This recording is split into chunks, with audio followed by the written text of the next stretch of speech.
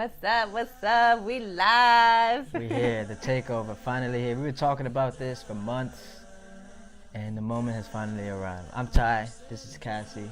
Hello. Good evening to everyone here. Tuesday, March 26th. It feels like the year is flying by already. 2024. The days are long, but the time just. Oh, speaking of the day, today was a rough one. I ain't even gonna hold y'all. Today was a rough one, but. I was gonna say we got through it, but I don't want to jinx it. The night is young. Still got 5 hours left in this evening, but God bless you all. We here.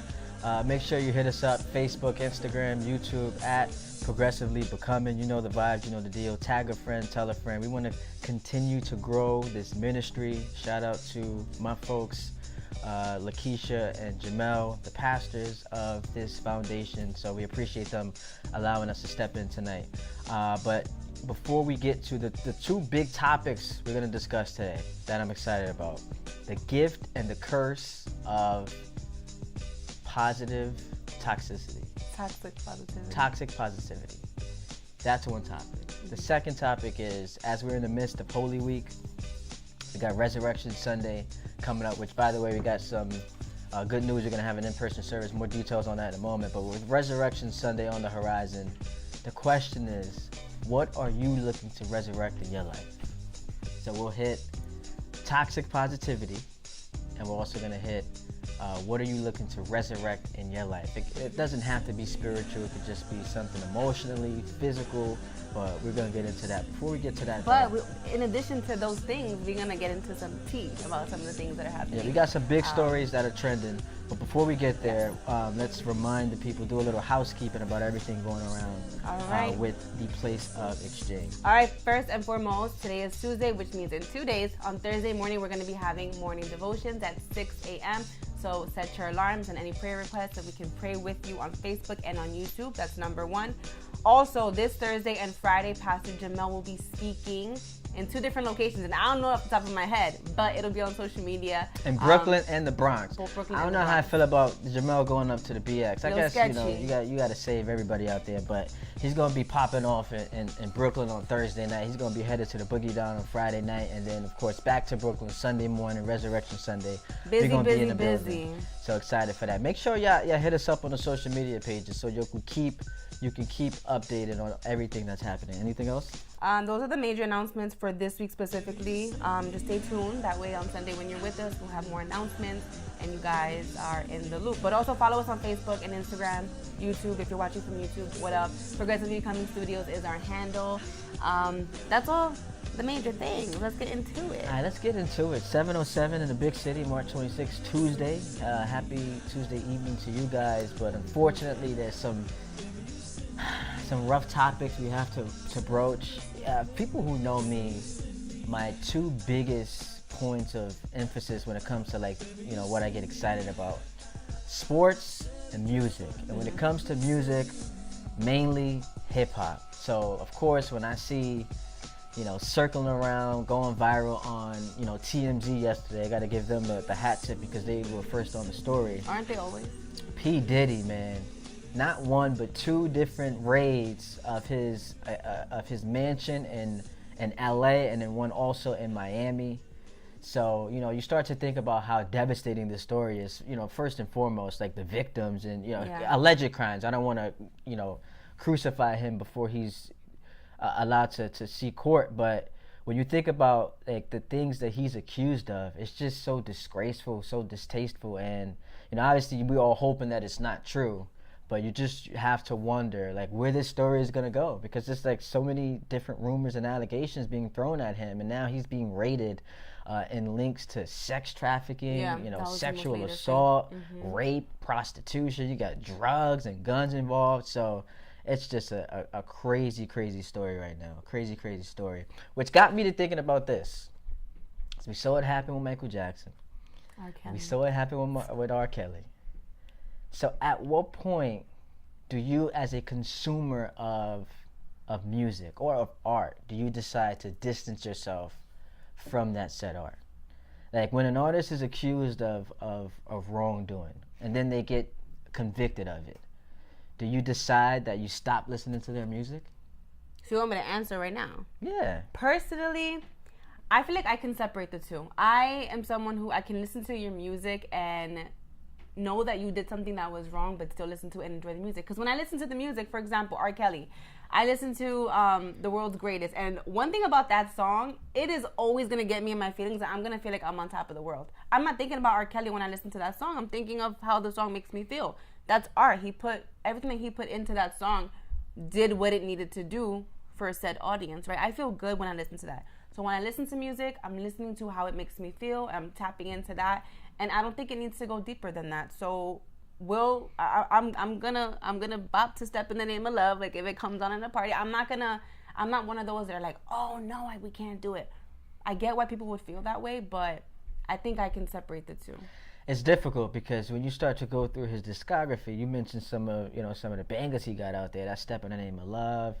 But then you start to look at like Pied Piper, it feels like then you're ready. Then it changes the way that you're start to listening to interpret things. the lyrics differently because you know that there are some shenanigans and some wrongdoings that maybe accompanied him, writing these different songs. So you go to P. Diddy, and what's interesting about P. Diddy is, again, I want to continue I don't want us getting sued. I want to continue to preface it by saying these are allegations. Right. Hasn't been convicted. He reached a civil settlement with Cassie a couple months ago. That was real quick. Yeah, and I mean, listen. So that even goes to show you, like, was it true? Because they was he's denying it. He's denying it. He's denying the multiple allegations. But I was reading something that mentioned that the person who filed the suit did it anonymously, and so the person on his side, right, his attorney went and was opposing her being anonymous, and then they wanted to just kind of keep everything under wraps before things got revealed, because then it would be obvious who it was with some time. But the fact that like they were trying to just cover their tracks, he said it was just more so for protection. But I don't know. I'm conflicted in, if you have nothing to hide, then why would you go out of your way to? And there's two sides to that, right? You want to protect yourself because of everything that he's done for himself, right? He's so successful, and there are going to be people who come against you, right? They don't want to see people be great. But then there's like, do we believe that? But then do we believe the allegations? So it's very, very tricky.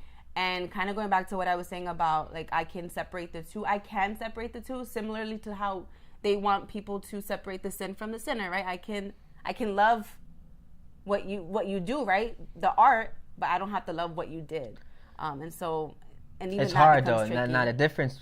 So I understand that, but the reason why that becomes damn near impossible is because, like, with music, the more you stream an artist, the more you're putting money in their pocket. So you're continuing to support them financially when they have been criminalized. And in this sense, what's so interesting about Diddy is, like, for me, that the entire era of the 1990s, when you look at hip hop and R&B, like, he is so embedded in the fabric of all of it, as a producer, as a writer, as a rapper, as an artist, as a performer.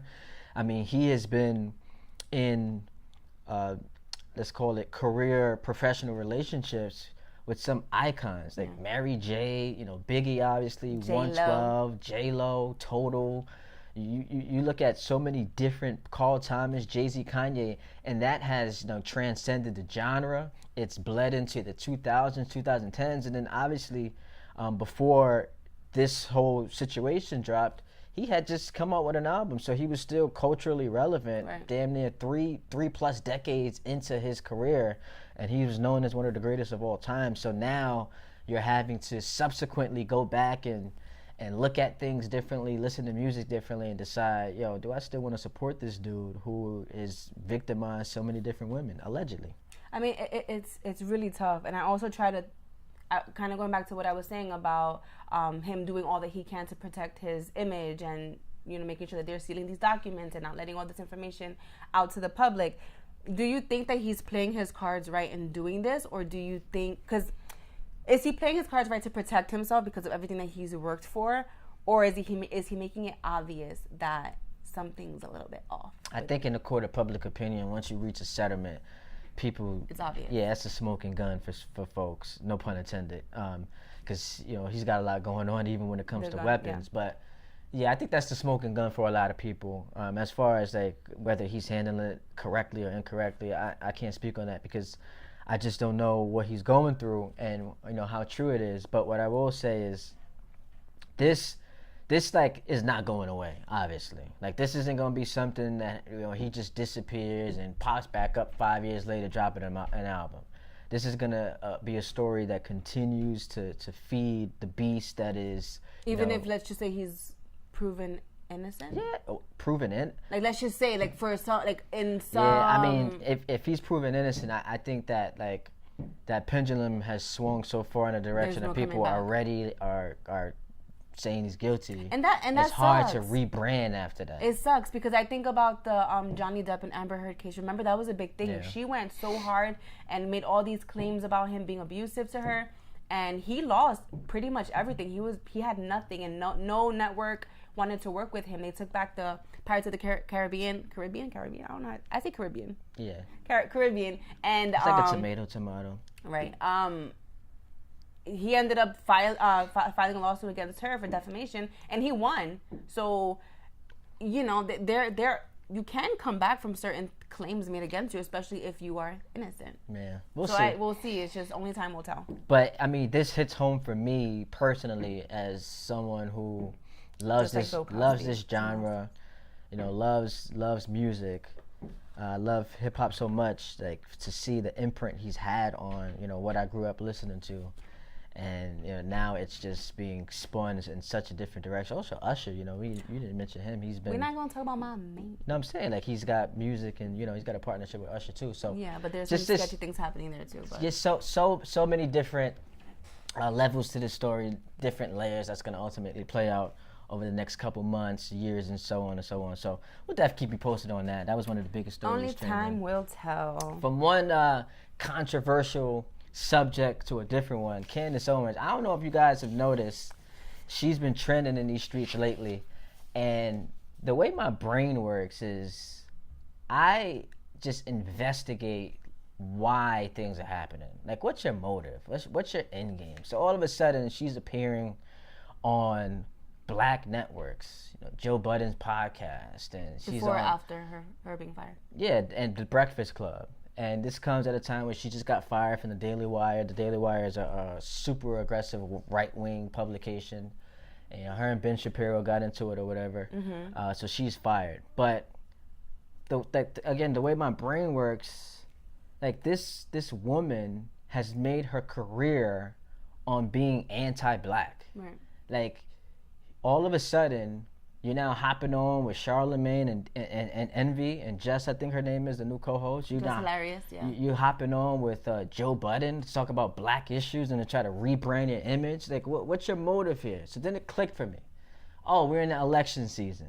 So obviously, she is being used to try to appeal to a certain fan base because she's a right-wing politician. She's not a politician. She's a right-wing supporter of, the GOP party. So now she's going to try to use her influence to rebrand herself on the fly to the point where there are people hopping up in Instagram comments talking about, maybe the media has portrayed her wrong. The media sabotaged her image. We got it wrong all these years. And it's like, nah, we ain't forget what you said about George Floyd. We ain't forget what you said about Breonna Taylor. We ain't forget what you said about Ahmaud Arbery. We ain't forget that you was wearing a White Lives Matter shirt. So don't come here and see what they try to do is pry on your short-term memory because they want you to forget about those things like it didn't happen. No, we remember that. We remember all those things. That or whatever. But that's the thing that I hate about politics in general. Just because people in politics, I know she's not, an actual, she doesn't have a position or whatever, but she still has a voice in some capacity. And I feel like they'll really do anything just to garner the attention from anyone, like the fans, supporters, and some people just really get got. Like Trump, for example, he'll come out one side of his mouth saying that he's a Christian holding the Bible upside down, and then on the other side of his mouth, he's being super racist towards everyone, women, Hispanics, black people, and Asians. Like, so how do we really internalize, are you really a good person? I think Little Miss Candy, Little Miss Candace is an obvious Trump supporter. She's appealing to the right wing with everything that she's been doing. But I think that she lacks a complete total sense of awareness when it comes down to us not remembering what she said about George Floyd and Breonna Taylor. But with that, I think it creates a conflict, because I won't sit here and act like I know everything about politics, because first of all, like, I get very overwhelmed with that kind of stuff, and I need to just dial back many times. So it's overwhelming for me, but I do know, I know what's going on. I'm not completely oblivious. But even for me, as someone who knows some things, I'm just trying to think from someone who doesn't know anything, and they'll see those tweets, right? If you go to her Twitter, you'll see some things that she mentions, and she'll say something like, there is no 5-year-old in the world that is explicitly gay, lesbian, transgender, or heterosexual. Small children do not think about sex and sexuality unless they have been groomed to do so by an adult. These are the facts. So something like that. Do I agree with her being racist and making these comments about the whole Black Lives Matter? No, absolutely not. I do not agree with that. I think she's wrong. Do I agree with this comment? Yeah, because I do have that stance. She's also tweeted, Jesus is king. So again, as someone who maybe had no idea who she was prior to these specific tweets, you could easily be swayed and be like, oh, she's a decent person. She loves Jesus. Like, she's quoting Bible scriptures about her child. Maybe she's successful. Yeah, right? I ain't falling for that. Right, Not but me. I'm saying but that's why there's conflict, because now people who don't know so much, they see these things, and now issues. It becomes an issue now that people are saying, like, oh, maybe people were misinterpreting what she was saying. Social media is a freaking scam. Like, it's just crazy. And I'm just gonna leave it at that. She's trying to rebrand. Don't fall for it. I remember after George Floyd died, we all watched him on camera have that police officer kneel on his neck for 9 minutes, and she said, I do not support George Floyd, and I refuse to see him as a martyr. He was not an amazing person. He is being upheld as an amazing being. Everyone is pretending that this man lived a heroic lifestyle. First of all, you don't know this guy from a hole in the wall. The fact that you watched him viciously be murdered on camera with the world watching, and your immediate reaction to it was this type of dialect, was this type of rhetoric, that makes you an absolute disgrace. So you can pop up on whoever's Black network you want to. It ain't fooling me. And all these people on Instagram, these idiots who all of a sudden want to say it's the media's fault. The media didn't make her say what she said about Breonna Taylor. Media didn't make her say what she said about Ahmaud Arbery. Just Google Candace Owens and look at the litany of things she has been quoted in saying about Black people, whether they died senselessly or whether they're still alive. She's been anti-Black, so nobody's falling for that. And so I kind of want to ask a question about that. What are your thoughts on the Breakfast Club, Joe Budden allowing her to come on to their platform? It's all grifting. It's all grifting. People are looking to corral as many clicks and as many views as possible. And right now, she's in a position where, because she got fired, she's looking for a new home, and she's going to be a hot commodity. She is a right winger, and half the country is on her side. Especially having that stance as a Black woman, that is a powerful tool and tactic that she's going to be able to utilize for her own grifting, and these networks are going to capitalize off of it. So they're going to phrase it as, gotta have healthy dialogue with the other side, which to some degree I understand, but at the end, I mean, when you've shown yourself to just be a terrible human being, I don't really want to sit there and have a conversation with you. There's nothing for us to talk about. You feel how you feel. It's disgusting. It's grotesque, and I'm not cool with that. And that kind of goes back to what we mentioned about, like, the whole Diddy thing, like, with supporting them in a way. You're still they can know, Joe Budden can know these things about her, or whatever Black networks that allow her to come onto the platform, and may not agree with her, but essentially they're still supporting her because they're giving her that. I could sit down with people who disagree and have different takes and different stances, because that is healthy for us to be able to educate ourselves and not just be resistant to someone's opposing point of view. There is an avenue for that, because we can talk, we can learn anything. We could do that in church, we could do that in our households. Like, that's cool. But I mean, when you are a scam artist, I don't take anything you say seriously, and I can't trust you. I can't trust you. I know how you are. You scamming people. And then after this election season is over, when she did what she wanted to do, she's gonna go back to doing the same things, saying the same type of nonsense she was spewing 4 years ago. So ain't nobody trying to hear that. But you brought up Trump. I just want to show people this tweet real quick. And it's not a tweet, actually. It's on Donald Trump's social media website. He calls it Truth Social.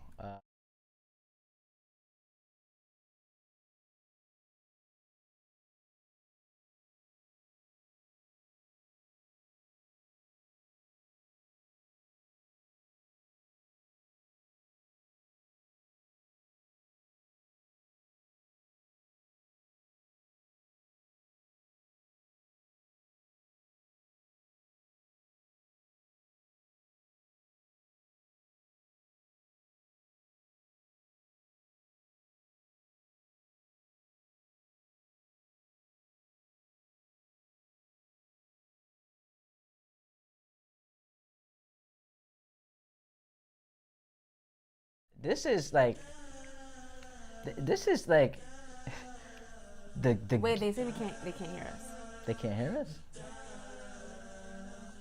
Y'all can hear us? Oh, I think what happened, my fault, guys. So as we're figuring out this technical aspect, put the Trump tweet up and it killed my audio. So I'll leave it off screen, but you guys saw the tweet. He says, it's ironic, someone said this to him, it's ironic that Christ walked through his greatest persecution the very week they are trying to steal your property from you. But have you seen this verse? And then the person sends him Psalms 109 verses 3 through 8, where it reads, they have also surrounded me with words of hatred and fought against me without a cause. In return for my love, they are my accusers, but I give myself to prayer. And I was baffled when I saw Trump and his supporters, or whoever sent this to him, comparing what he's going through right now, being dragged through court because of his failures to report his financial gains. So he's got financial situations he's got going on.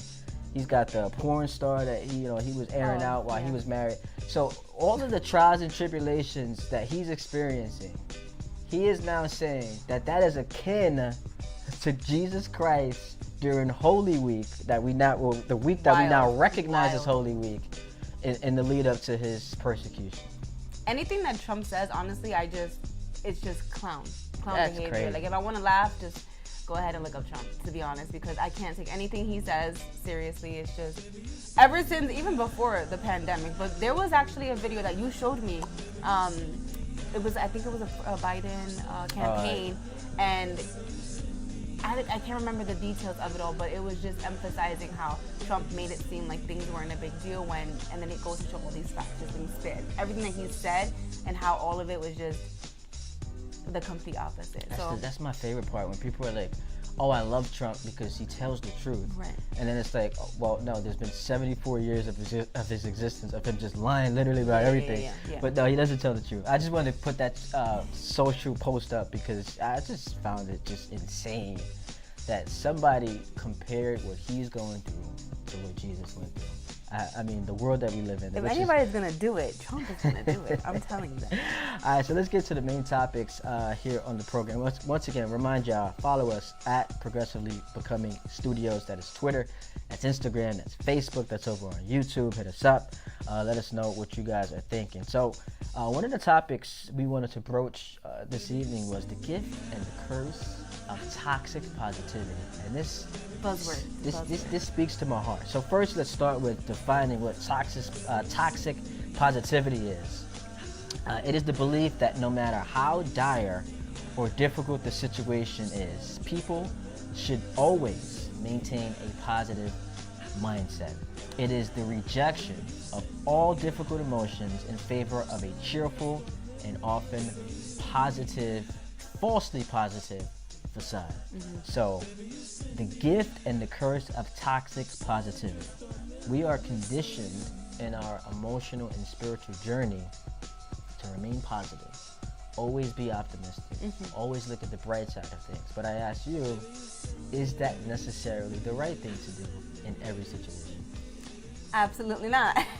I feel like that's something that's on social media, like toxic positivity, or just, I really do think social media in a way destroy the way that people operate and feel like they have to just express themselves and just be. So often we look at everybody's highlights on social media and we think that they're so happy. And some of us may even go so far to fake it till they make it. But for me, I'm not someone who gives into the toxic positivity. Maybe I'm a little bit dramatic, but I am someone who can, experience something that I'm like, to me, that might be a big deal. I can talk to you about it, and you might even be like, yeah, babe, but look at the bright side. In that moment, I'm like, you're so toxically positive. Like, I can't. I let me dwell in my feelings, and then maybe a little bit later, I'll start to think about, okay, what are the good things that came out of this? How can I learn from this? And then maybe I can be able to process that, and then next time that something like this were to happen, I can better process and learn how to cope with it. So, no, I'm not someone who... I don't think that I'm toxically positive. I think that I'm toxically negative. No, I'm just kidding. I'm not negative, but no, I'm not. What about you? Before we get, I'll answer that. But some signs of toxic positivity for those who are still struggling with how to grasp the definition of this phrase. Do you experience guilt for being sad or angry? Mm-hmm. In other words, like something is clearly and visibly frustrating you. It's waning on you, and you feel guilty about being, in that sunken place emotionally. Reciting positive quotes about hard situations. You never allow yourself to dwell in what's being difficult for you at the moment. You ignore your problems. You hide painful emotions. You dismiss others' difficult feelings. Candidly, do I, like, in researching this topic, I was like, man, maybe I am someone who, like, engages in some toxic positivity just because, like, I'm wired to always think, look at the bright side, it could be worse. Yeah. Like, I don't care how bad this situation, it could always be worse.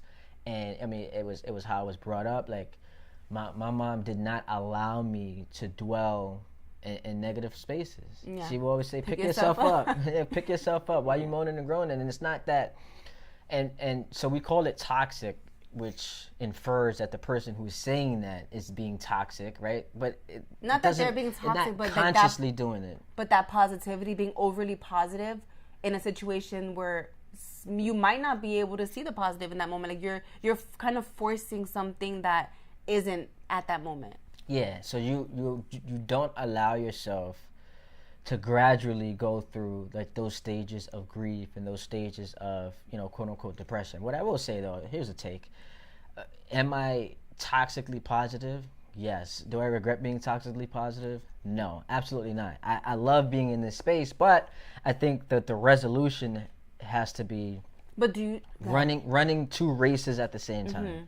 Like, understanding and recognizing that, yes, it could always be worse. Like, this is not going to kill me, but also allow yourself to at moments just be like, damn, this sucks. Like, this is hard. Yeah. I literally started the show by saying that today's been a rough day, but we're here.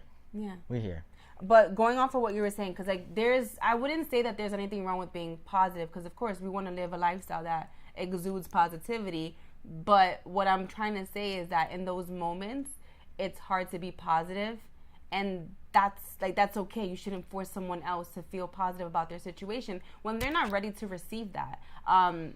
There are many examples that we can give for this, but I think that the issue what ends up happening is that you don't get to process these feelings, and it can affect you. Like, it can affect you emotionally. Now, in other areas of your life, you're beginning to spiral, but had you just gotten to the root of that, and been able to process it and been okay with being mad in that moment, then maybe you would have been able to now get your ducks in a row and then tackle every other part of your life that needed to be tackled. But no, instead, you forced yourself to fake it till you make it. And now here you are struggling with all of this because everything's just being pent up. So Amira points out, and, my apologies, we should definitely be delving more into the comments. She says sometimes you don't want to hear someone be positive when you're going through stuff. You just want them to listen and understand. That's a big part, which is a perfect encapsulation of the situation. I think the problem is, like, #therapy. We are conditioned to be, or all therapists, and it's subconscious. If you come home and you're like, damn, I had a rough day, like, my immediate reaction is, all right, so what was so rough about your day? And then you tell me, school, this happened. I said, well, tomorrow can be better. Like, and you want that, so right? Because imagine I come home and I'm like, oh my God, I had a horrible day. And you're like, well, it's going to keep getting worse because this just happened. And, like, prepare yourself because it's just going to get worse.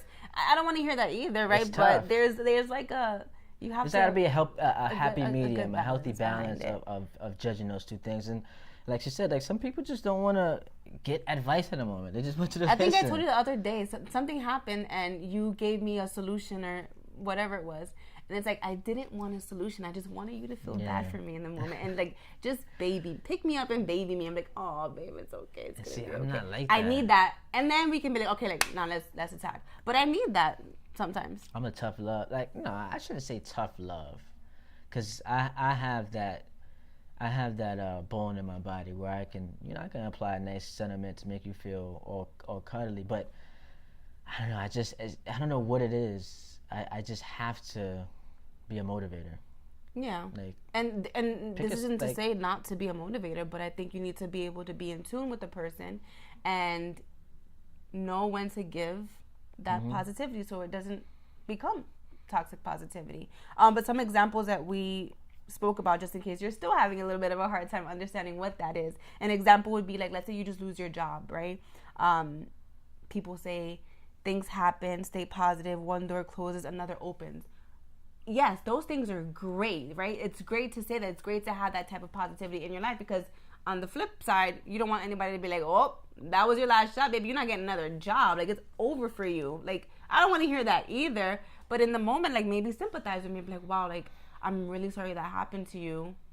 How are you feeling? You get what I'm saying? But then it's like, I just lost my job. I know. Okay, maybe that was not the right thing to say, I but feel like, fantastic. oh, what do you need right now? A job. But like, there's nothing that you can really say in that moment, you know. But offering an opportunity for that person to actually speak on what they're feeling and not try to put a band-aid on them, like, you're gonna be fine. You know what I'm saying? So I think that's really important. One that resonated with me. Yeah. And it's, you know, everyone watching this obviously are fans of the podcast and know my family. We experienced a traumatic loss last July. My great grandmother passed away, and honestly, like, the worst possible thing you could say to me in offering your condolences is, well, you know, at least she lived to 97. Like, not a lot of people got to experience that. For me, I don't want to hear that. And that like, literally did nothing for me. In my mind, it's the fact that she lived to 97 that made it hurt more, because like that's a very long time that you've had with her. That you've had. You grow an attachment to someone, and then you start, like, parents and always say, like, when you have kids, you start to look at things differently, and that hit home too, because now I got my kids and it's their great grandma. So there are so many different things that people say. What are some things that people say to y'all in the midst of trying to give you like a positive encouragement that you just can't stand? We want to, hit up the comments. Please, we would love to see. We want y'all insight. This could be funny. Because this is, because it happens. And when you're dealing with, a loss to a loved one, like she mentioned, losing a job or a sickness, a bad day. Sickness. Yeah. Yeah, they're like, well, you're so strong, like, you're going to get through it. Like, I might actually die, okay? And you're telling me, like, I'm strong? Like, and we're being playful right now and we're Myra joking. says people have it worse than you. But people also have it better. Like, I can strive for more. Like, no, but imagine somebody saying that to you. Right. People have it worse than you. That's the one that I hate. I hate that one too. People got it worse than you. People have it worse than you. My mom it could be worse. You will get over it when someone dies. Like, what? That's just it comes from it comes from the right place. You're trying to be empathetic, sympathetic, but sometimes you just gotta bite that bullet. I don't like when people see you down and they make it all about that. Yeah. Oh, that's funny. You have some examples for yourself that you wanted to mention? That was the main one. But it is funny when I say to you, like, I had a rough, like, today was very challenging. Mm-hmm. Like, work was I don't do that to you. No, I'm playing out the. I'm playing out the. I think you're trying to, like, I'm playing out the scenario. No. Okay. Like, I come and I say to you, it was a very challenging day. No one communicated. It was just a disaster at every turn. And you're like, yeah, same here. I mean, oh my God, a parent called and the kid. And it's like, yo, hold up. You're trying to hijack my moment here. Like, can we just focus on me real quick, and then we could make our way to your situation? Exactly. Making it all about you. Always. This door closes, could be another door opening. When it could be a lesson you failed at.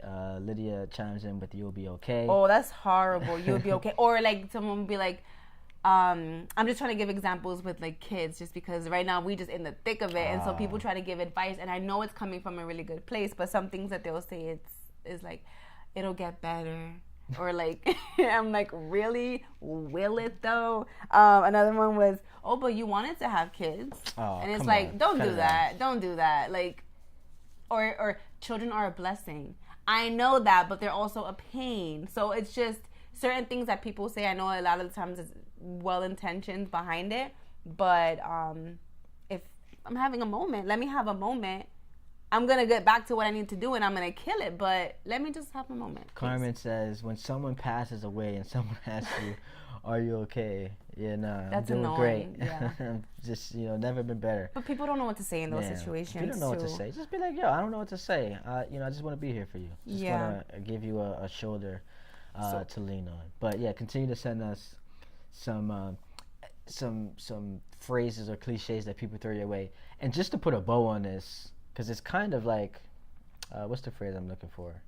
It's kind of counter. Wait, why my condolences?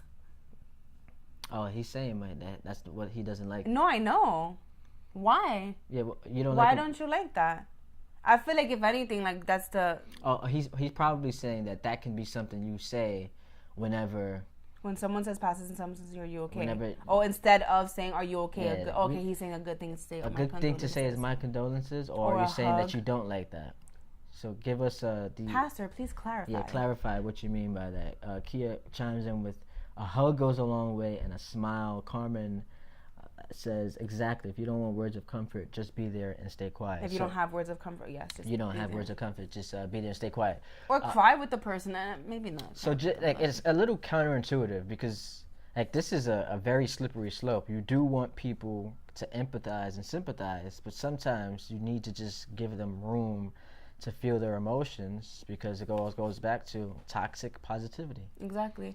And we don't want to just leave you hanging like, okay, so how do I now move forward in knowing about toxic positivity? So we have to be able to do two things, right? Manage two things. Acknowledge the circumstances that they aren't ideal, right? We know that this isn't great.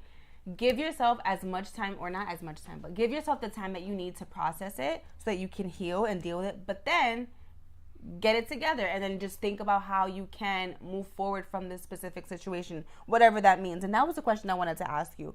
Is there a time limit on how much you should allow yourself to dwell, quote unquote? Because everybody processes things differently. But I mean, you got to have discipline when it comes to that. Everyone, you can't 2 minutes, 5 minutes. Everyone's emotions range differently.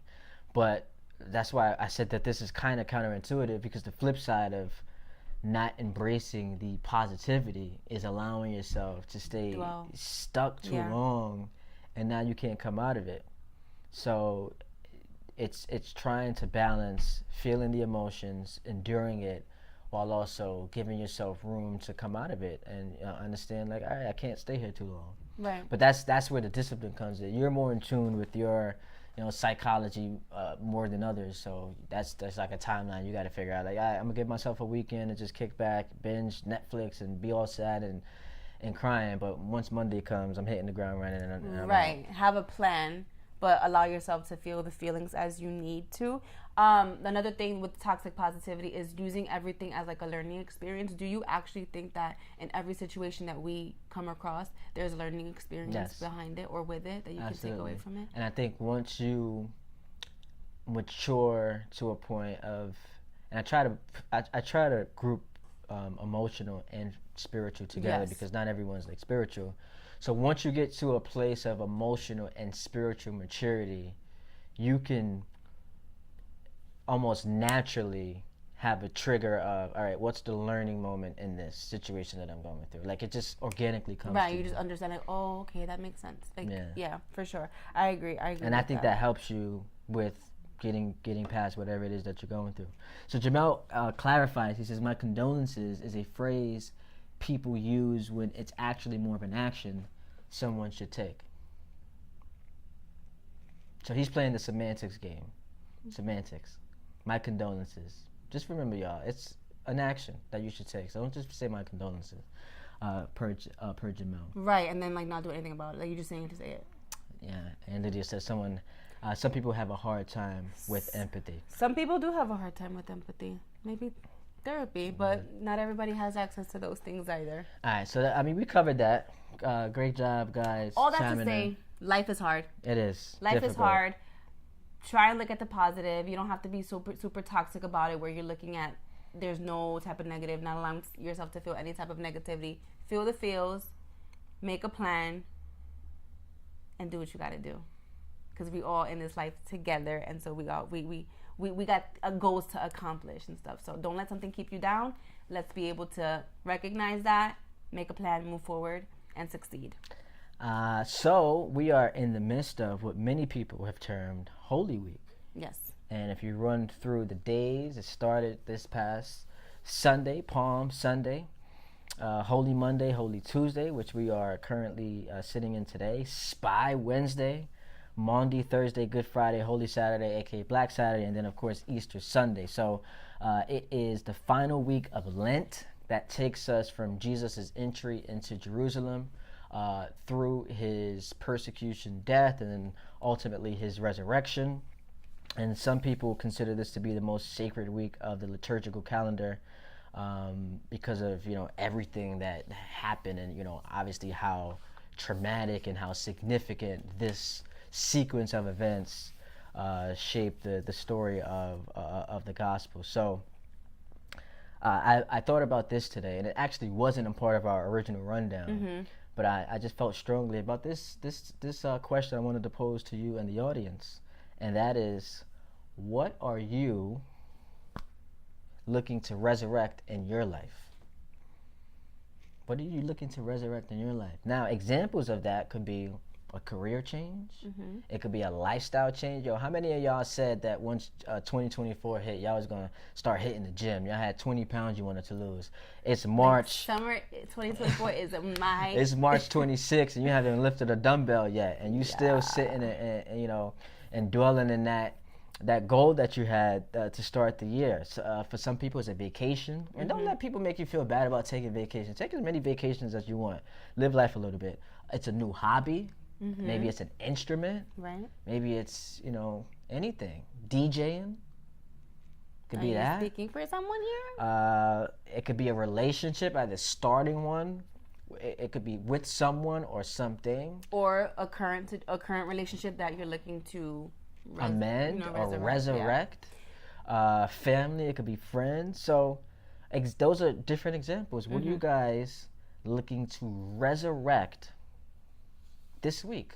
Let's start this week, because Resurrection Sunday is coming up. Yes. What are we, 5 days shy of that? So as we broach the topic of everything that happened with Jesus Christ, let's internalize that and apply it to what we can do to resurrect our lives. You got any for me? One of the things that I want to make sure that I am intentional about this year, or bringing back to life, is my ability to be disciplined. And I say being disciplined in a lot of different ways. I can use that as like the umbrella for all the different areas of my life. But discipline, I want to be able to be someone who sticks to the things that I set to do. For example, one of the things that I want to make sure that I do this year is educate myself more, and that's reading, giving myself the time to read books and just, grow intellectually. That's something that I feel like when my brain is stimulated, I feel like I don't have the energy to soak in negative things, right? And just things that just don't serve a purpose. So reading is definitely one of the things, staying disciplined with reading. I feel that, because I'm an avid reader of like articles, right? And I think part of that is I get the little ADHD thing going, and I just kind of lose interest quickly. Aren't we all ADHD, I feel? Yeah, I just lose interest really quickly. So articles are perfect. Like, you grab my attention with the headline, I get to read everything it is about like what you set me out to read, and then I'm done. I don't got to think about it. I don't got to schedule time at night to pick it back up, page 27, and then hop on a flight and read 300 more pages. I like articles. It's quick, short, and to the point, and I like to keep myself educated. But reading books is definitely on my list of things I want to resurrect, which I would imagine Jamel right now is smiling, because he gave us he's like, well then, I have a whole book club for you. A list of books that, I mean, candidly, haven't started yet, but God's working on me. We gonna get there.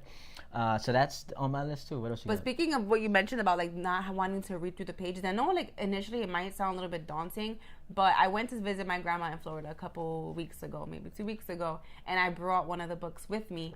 Flight wasn't too long, and I had my little cousin next to me who was just yapping. Riley, if you're watching this, girl. But anyway, in her sitting next to me and speaking and conversing with people, I was able to get through like 60 something pages. So I was really proud of myself. And once I got into a flow of it, it just felt good. It just felt good to like have the paper and just turn. And I just felt like I was in tune with another level of who I could be, right? I started to envision myself like, I'm going to be that girl that wakes up at 6 a.m. and is drinking her coffee and just being super, like, I don't know what the word is, but I can see it. And when that word comes to mind, I'll let you know. But it just felt good, like, just to have that book. So I encourage you guys, if you're someone who wants to, like, tap into that side, go ahead and do it, because I think you're not going to regret it. You won't Reading opens and broadens your mind. Oh, Riley is watching. And Hey, girl. Riley is watching.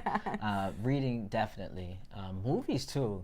Like, it might sound silly, but you know, because of the industry I'm in, yeah, it lends itself to so many people throwing out movie references that I may or may not be familiar with, and I'm surrounded by so many older folks. I'm like the youngest person like at my station, so like one of my goals is to be more well versed in the movie world. Right. And again, it could sound like, oh, silly, it's movies, but you learn a lot watching movies. You do. And I'm a big like documentary person. And if you're a visual learner, then it helps you visual, in that way. it helps you tap into that creative gene. And you know, we watched a really good movie. What was it called? The Good Nurse. Mm-hmm. Based on a true story. Based on a true story. And then my favorite part is the recap after, where it's like we get to talk about the different themes and not just what you learn, but what it allowed your mind to think about. Yeah. And I don't want to ruin it, but like it allowed your mind to think about those underlying themes that you don't necessarily come across in your day to day. You're like, wow, like that's something I'm paying attention to. It's very thought provoking when you watch a movie, especially with someone that you're able to have a conversation with. I'm one of those types of people that after I watch a movie, I'm about to do so much research on the movie and find out like what went into this movie, what did this quote in the movie mean, and like what was the intention with the writers of the movie. And I told him, I said, is that weird? And he's like, yeah, because he was getting ready to go to bed, and here I am on Google. No, it's not weird. It was weird because I was tired, and I just didn't. I was tired too. I didn't feel like doing that, but I go down a rabbit hole. Especially documentaries. Like when I learn about a subject or a person. Mm-hmm. Now I'm going down a rabbit hole, and then like I get into conspiracy theories, which are fun to entertain.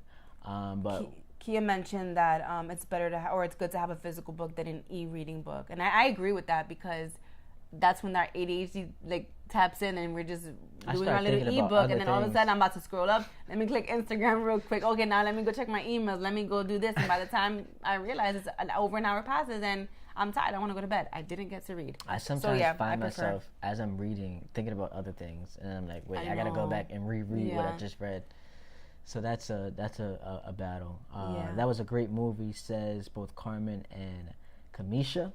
Yeah, really good movie, man. I don't get advertising dollars for Netflix, but if you guys got some time, want to sponsor us. That Good Nurse movie on Netflix based on a true story was really good. So that's one thing. Talking about reading. Me personally, or I guess professionally, taking more chances in my career outside of my current employer, trying to broaden my horizon and get the exposure to different places. That's something I want to do. And I think I'm not going to surprise you, but the audience might be a little shocked. So a couple weeks ago, I was at the Knicks game, and one of my friends, Dawn, she's like an attendant in the suite. She's into acting. So I'm like, yo, how do I get into acting? Baby boy wants to be on General Hospital so how do I bad. Get into acting? So she's like, she went to school for it, so she's got a degree. She's got an agent who's putting her in commercials and auditions. So I'm like, damn, I got a long place to go, but that's something I want to do. I definitely want to resurrect my interest in acting. That's interesting. Go for it. Threw y'all for a curveball there. I can see you being an actor. I want to play in a soap opera for sure. That'd be fun. Daytime television. Another thing that I am looking forward to resurrecting is my character, and not resurrecting, because maybe there are parts of it that gotta die. But being able to, one of the things that I think about often is just being able to respond in a way that's just more calm. I think I could be very hot-headed. You'll probably disagree. Yeah. But I think I want to be better. I know I want to be better at just responding to situations and just being more level-headed and not so impulsive. I'm over the years, I've definitely grown in that way, but I just want to be more intentional about it. That's something that I definitely feel needs to resurrect itself. And of course, my discipline or wanting to exercise, but that goes within discipline. I always say like, oh, this year I'm gonna be committed, and then well, we got a half marathon coming up in 7 weeks. You have a half marathon coming. I told you not to tell people. No, everybody knows. We got the half marathon coming up in 7 weeks, so I mean, if anything's gonna touch your discipline, this is gonna be the move here. 13.1 miles from Prospect Park to Coney Island Boardwalk on a nice, brisk Sunday or Saturday morning in May at 7 o'clock. You're inviting them? AM. Are you inviting them? AM. I mean, if you want to come through, that's cool. Okay. With 13 signs. miles. Run with us. Run the 13 miles alongside us. That'll be fun. Anything else you guys want to resurrect? Speak it into existence. Ty Butler and the Bold and the Beautiful. Ty, you will be on GH very soon. Very soon. I'm looking forward to that. Amen. Thank you guys for that. Do you guys have any other which I want to resurrect? And any areas, any directions y'all could go in when it comes to resurrecting something in your life? Because as I said, like, so we're through a quarter of 2024. You could look at, how do you look at it? You should feel guilty about not having begun what you set out to do, or you still got 75% of the year left. You still have 75% of the year left. What? That's a good exercise. Why are you laughing? Because I look at it the opposite. Not both. Because I feel like you were trying to make it a whole, are you half glass empty or half glass full? Yeah, that's a good thought exercise. But where would that fall? If you say you still got 75% of the year left. That's full. Yeah. Right. So you're thinking from a negative perspective, Mr. Toxic Positivity. No. From a negative perspective, with the intention of motivating. Toxic positivity. No, but that's negative. I'm saying that you've already wasted a quarter of your year, but it's a motivational tactic. If toxic negativity had an example, it would be that. But it's a motivational tactic. Y'all do y'all get motivated by people like bringing you down? Because I don't. Jamel says guilt helps. Carmen says I want to be less stressed and laugh a little bit more. That's good. Kamisha says I'm not running, but I'll be there at the finish line. Shout out to her. That's what's up. Lydia says I want to resurrect my finances. Same, baby, same. Everyone can speak to that. But yeah, that's a good question on our way out. What's the motivational tactic that works on you? Is it tough love? Is it that like hardcore make you feel guilty about not having accomplished your goal? Or is it positive affirmation and reinforcement? Which one better suits you? You asking me? I already know the answer. But what is it? If you know me, go ahead. Because you're about to be real wrong. You like the kid gloves. You like the positive reinforcement. No, that is not true. I like a little bit of that. I need some positive affirmation while babe, you doing the thing. Like, I'm so proud of you. You cute. Like, you don't have to lose weight, but if you want to lose weight, you can.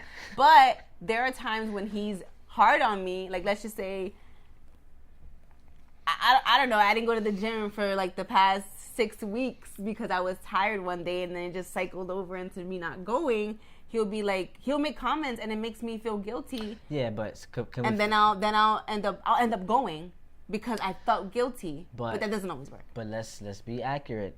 The reason why I'm making comments has nothing to do with me. It's because I know you set out on a goal, and you complain about certain things, certain attributes. So I tell you, like, the only way you're going to see those results come to fruition is if you go about it. Right, and so I like both. It's not me saying like, oh, since I'm into it, you got to be into it. It's like, no, but there are times where you've asked me, because we've had these conversations, and you're like, oh, so you'll be like, oh, what do you need? What's gonna motivate you? And I tell you, like, I need you to be soft with me in the right moments.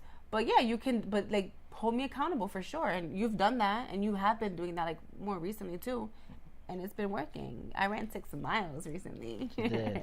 Lakeisha Tony weighs in. I think I like both. Yeah, see? Shakia follows up with, I think they go hand in hand, especially if the person is hard-headed. Nancy agrees that she likes both. So and make me feel guilty. Positive support. make me feel guilty, be a little negative, but in the end, be all warm and cuddly. Yeah. Like, you could violate me and then just be like, love you, still love you. Go do that thing. Yo, we appreciate y'all tonight. That was fun. We'll check you guys out on Sunday for those of you who will be in attendance at Resurrection Sunday service, the place of exchange. We're going to get it popping. I'm excited for that. There is a different energy being inside the sanctuary. Yeah. Like, look, have church virtually. I guess the saying is church is in your heart. It's here. Something hits different when you hear those drums ringing off and the piano and the organs following the preacher and the singing and the dancing. There's something that hits differently about that. So I'm looking forward to it. I'm looking forward to that Resurrection Sunday. We're excited. We appreciate you guys tuning in. I see a Lakers comment. Ty, seeing that Lakers jersey has motivated me to exercise more. Yes, go Lakers. Western Conference Finals last year. They're the 9th seed right now, but they're going to make a run. Shout out to the Lakers. Thank you guys. Make sure you follow all the pages. Progressively Becoming Studios. On Facebook, YouTube, and Instagram. One more time, give us a reminder of what we got cooking the rest of the week. Again, this Thursday morning at 6 a.m., morning devotions, time of prayer. Jamel's going to be speaking on Thursday and Friday. We're about to post the information on social media. I pray for Jamel. He's going to the Bronx. You know, they raggedy down there. They going right. He gonna be in Brooklyn on Thursday. He gonna be in the boogie down with the rats and the raccoons. Maybe we should pray now. we should do a little prayer for Jamel. So make sure when it's time to submit your names for morning devotions on Thursday morning, submit Pastor Jamel Tony. He's gonna be in the boogie down Friday night, and then of course, a quick turnaround Sunday morning. We will see you there. 9:30 a.m. Have a great time. We'll see you guys next month. We hope you enjoyed. And that's all we have for you. Bye. Deuces.